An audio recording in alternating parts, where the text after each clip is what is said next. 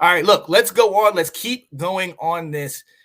We talked about our main tight ends. Now, are there any sleepers? We kind of discussed who's just outside the top five, but is there anybody deep down that maybe like for me, Cameron Latu, and he's not going to get looks because Yeah. obviously they really weren't passing that much at Alabama.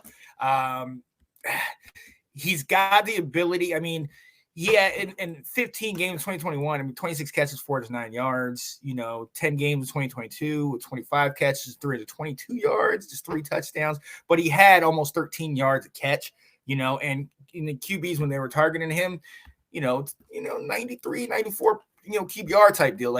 So he was highly beneficial, but I just don't know that he's going to go anywhere in the top 4 rounds. I mean, he's a later pick in my opinion, but is there anybody else that you're looking at that might be a sleeper coming out in this draft? So for me, I got 3. I'll start with the former Alabama player that transferred to Texas, Julio Billingsley. Okay. This guy was a 4 or 5-star recruit, played very well, and then just kind of got lost in the shuffle with all the weapons they had at that point at Bama. So went to Texas and played pretty well. This past year, he'll be 5th, 6th, 7th round. The other 2 I'm looking at, Zach Kuntz from Old Dominion. Very solid tight end, 3rd, 4th, 5th round, but it's another guy that could potentially work his way into a starting role. And Josh Weil from Cincinnati. He's a guy I really like. He might slide into day 2, but I think he's a day 3 guy. Some people have him in their top 5 tight end rankings.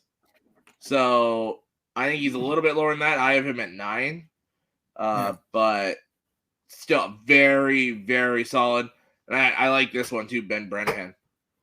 Yes. That's what he was talking about out of Vandy. 3-year starter in the SEC. Yeah, especially with Clark Lee as coach. I really like what they're bringing. Yeah, for me, I go to Big Ten, Payne Durham, 6'6", 240, 253, quick release off the line. And played with Aiden O'Connell was one of his top targets. Marshawn Ford out of Louisville, 6'2", 240, playing with Malik Cunningham. I liked what I saw out of him, albeit not that big of a sample size. I mean, he's a fluid mover, and we're talking about separation over the middle, but I don't know how well that's going to translate into him on the running game. You know what I mean? Yeah. With him being a blocker. And for the most part, shout out to my baby. I'll Daniel Barker. I'm just saying this because he's Michigan State. Like, I'm gonna be very honest with you. I'm trying to make sure that everything is good for me once my baby comes back. So Michigan State, yay! But yeah, honestly, there's only a couple guys that are really that I'm looking at later, and I honestly think that they're just going to be depth chart guys.